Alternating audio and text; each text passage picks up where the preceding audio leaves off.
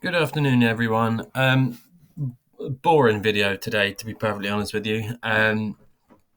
We today are looking at quantitative and qualitative data. Right, I should probably take the hat off, be professional and all that. So I'm not going to keep you too long. Oh, well, I'm not going to keep you anytime. You can click off this video whenever you want. But this is what the spec says. Qualitative and quantitative data. You need to know the distinction between data collection techniques for both Quan and Qual. You also do need to know primary and secondary data, including meta-analysis, but that is in a different bullet point. So today, this is what we are going to be looking at. And to be quite honest with you, you probably know all of this already to a large degree. You learn this at school quite often, but sorry, I'm getting distracted right here. But this is what we are looking at. Quantitative data is data that can be counted. It is numerical, meaning it takes number form. It typically is used in things like experiments and questionnaires and psychometric tests. The psychometric test, for those of you asking what that is a measurement that measures a psychological characteristic like motivation or personality, measurement of something in the brain.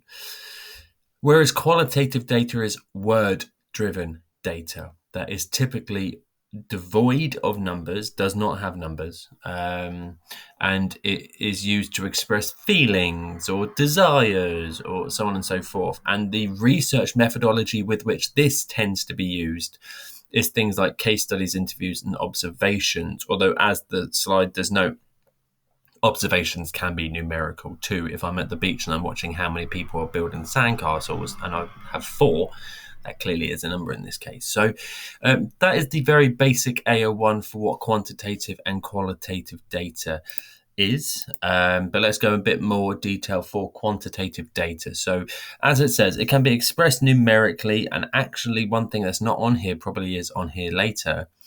It is typically used within statistical analysis, which is what we're going to be looking at in about a year's time. So usually involves data such as individual scores from participants, and such methods can easily be compared and as such statistically analysed. So quantitative data is worth noting down that it's much easier to compare numbers than it is to compare sentences. It's much easier to compare numbers than it is to produce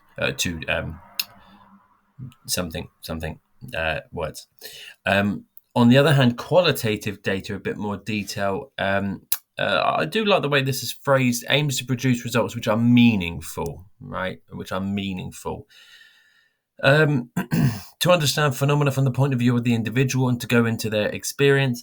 One thing to add on to qualitative data that you should add on is this idea about where did this stapler come from? One thing to add on to qualitative data is that it gives deep and rich detail into the insights of the individual, right? So the depth of data that we get from qualitative data is significantly deeper than that of quantitative data. And I guess another way you could phrase this, another way that you should phrase this, is that qualitative data often tells us why a behavior happened, but quantitative data tends to tell us what happened. Now, ask yourself a question. What is the more important question? What behavior happened or why the behavior happened? It quite clearly is why the behavior happened. That's the whole point about psychology, is it not? Is to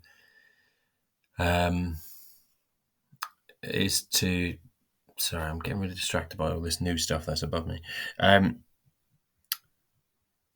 Is to find out why behavior happens. So qualitative data is not just about thoughts and feelings, but though it's concerned with the interpretation of language. Fine. Okay. So brief exercise there for you. And to be honest, this wouldn't take very long. So I'm not going to spend much time on this. But for example, A record of a school bullying incident. Now, well, that would clearly be qualitative rather than quantitative. They'd want to know, you know, what happened in detail, order of events, for example.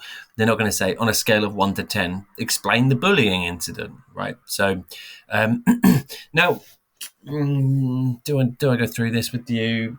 Probably not, although I will briefly. Next year, in your second year, or this year if you are a second year returning, we do look at how you can move things from qualitative data into quantitative data using a content analysis. So all you basically do is you count how many times certain words come up and you move something from qualitative to quantitative. Now, if you're first year, I do not want you to worry about this, right? We will look at this in due time. If you're a second year and you still don't know what content analysis is, it's firstly, why not? It's really simple. But secondly, you probably want to watch the video about content analyses. Which one is best? I did kind of say qualitative is better for understanding why human behavior happens, but don't rule out quantitative data. It's incredibly important.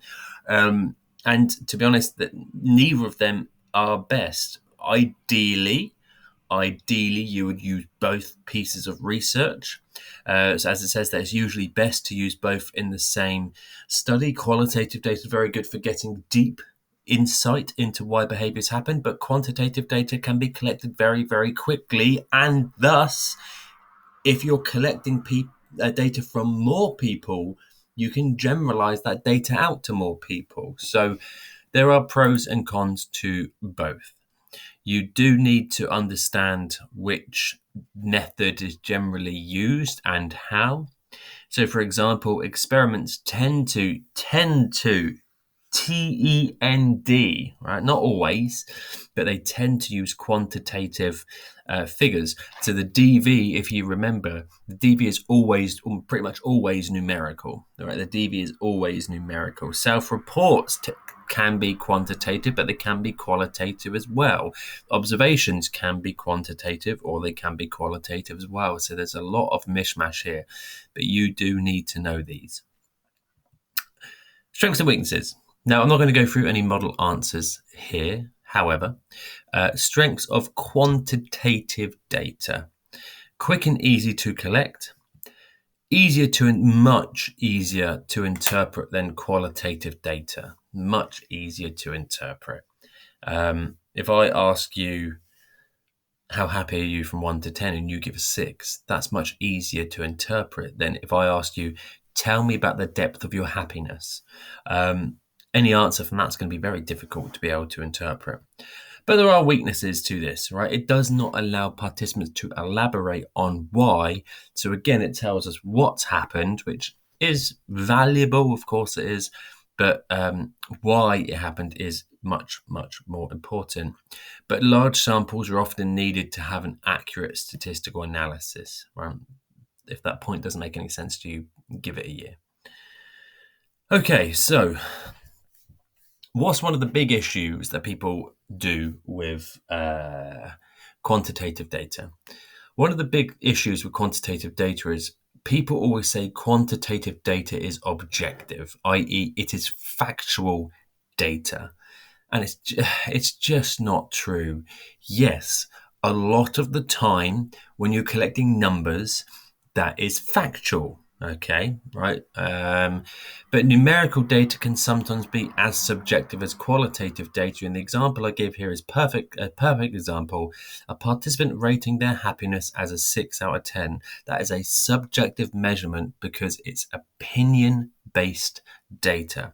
So please, whatever you do not make the mistake of saying that numerical data tends to be objective, because a lot of the time it isn't. Right? I just think it's a really weird mistake to make. Now, qualitative data, this is easy, and to be honest, I don't really need to go through this because the strength of quantitative is the weakness of qualitative and vice versa. So I believe one of the weaknesses of quantitative data was that it didn't tell you why. Right? But this does tell you why. This does allow for a more in-depth and richer understanding about why something happened. Right? A strength of quantitative data is that it's quick and easy to collect. Well, this is not quick and easy to collect. It also tends to be hugely subjective, and researchers have to make interpretations about what their participant was actually meaning when they said that thing.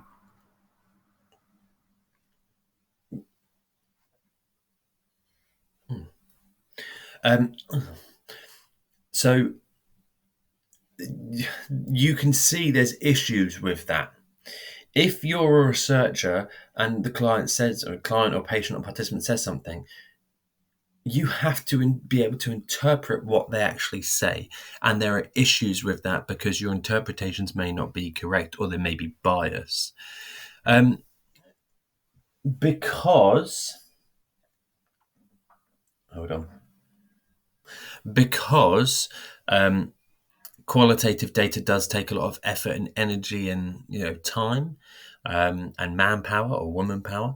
Um, Small samples tend to be collected. Therefore, the results you get from things like case studies that use qualitative data do not tend to be generalizable to a wide amount of people. And that's it. To be honest with you, that's it. Pretty straightforward, screencast or YouTube today. In terms of exam questions for quantitative and qualitative, it's highly unlikely you'll get anything above a 4 marker, but you should always be prepared just in case. And to do that, you need to know AO1, be able to apply it, but also be able to evaluate quantitative and qualitative data as well.